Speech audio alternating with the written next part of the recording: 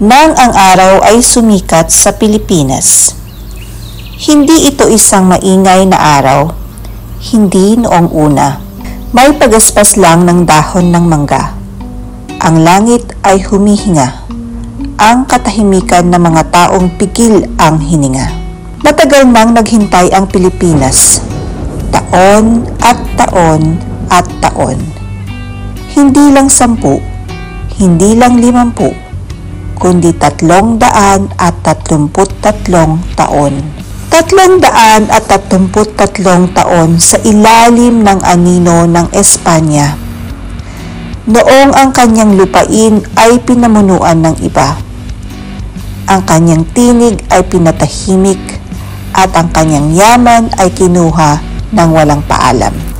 333 taon ng anino, ng mga nakayukong ulo at tahimik na panalangin, ng mga kwentong binubulong ni Lola kay Apo. Balang araw. Umiyak siya sa katahimikan. Umasa siya sa lihim. Bumulong siya ng pag-asa sa mga bituin. At pagkatapos, sa isang maliwanag na umaga ng Hunyo, sa bayan ng Kawit, dumating ang wakas ng paghihintay. Bumukas ang bintana. Lumabas ang isang lalaki. Nakasuot siya ng puti, tulad ng mga ulap sa langit. Ang kanyang pangalan ay Emilio Aguinaldo. May hawak siyang isang bagay sa kanyang mga kamay. Hindi espada, hindi kalasag, kundi isang watawat.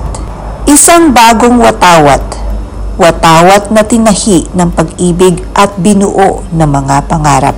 Pula para sa tapang, asul para sa kapayapaan, puti para sa kadalisayan, at 3 gintong bituin para sa 3 pangunahing isla: Luzon, Visayas, Mindanao. At sa gitna, isang araw na nakangiti na may 8 sinag na tila mga bisig na lumalawak.